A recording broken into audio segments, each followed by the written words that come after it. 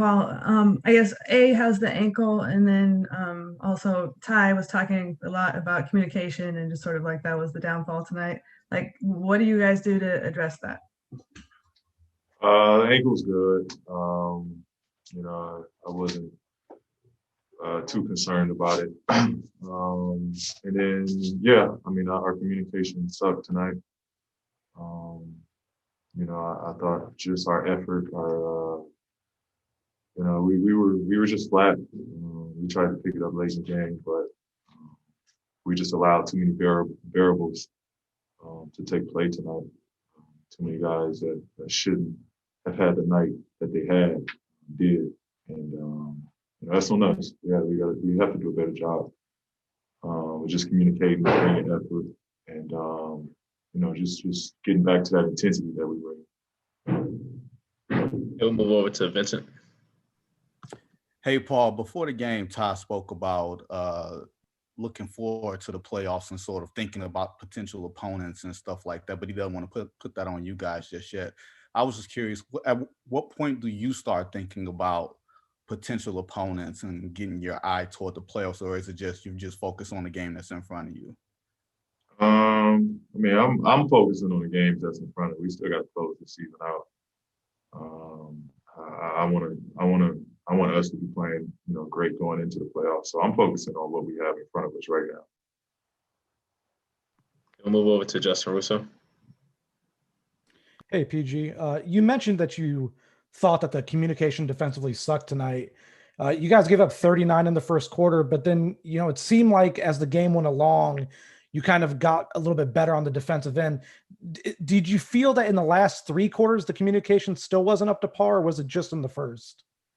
No, I thought our communication sucked all night, but I thought, our energy and our physicality improved, which allowed us to play better defensively down the stretch. We still had some, plays where our communication, lack of communication hurt us down the stretch and throughout the game. So we could have done better. We could have done a better job of that.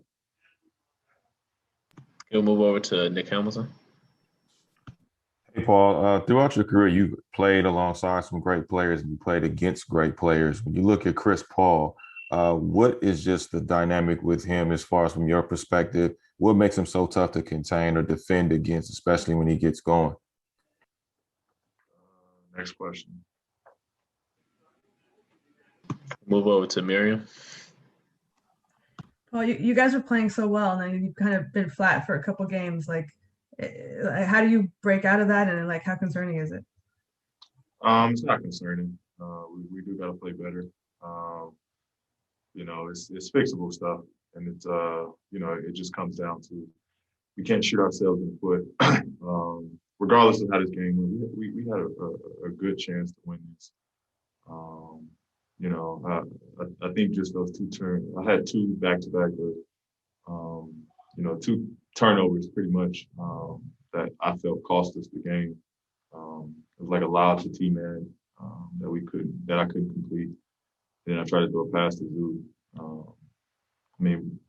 I feel like that was the game at that point. Kind of just deflated us. We were playing so well down that stretch. We were fighting, and that kind of gave them a cushion. That was the game, regardless of how it ended. We couldn't rebound at the end. Those possessions gave them a cushion down the stretch. We'll close out with Mason. Hey, Paul. Ty said before the game that Pat surprised you guys showing up on the road trip. Did he just show up at practice, or what was the situation there where he decided to come visit you guys? Yeah, we miss Pat. He hasn't been able to travel. We miss Pat. We miss his energy. We miss him being a part of the team, and he's always reaching out. He's always texting us, making sure we're locked in, we're together. So it was just great. It was great of him.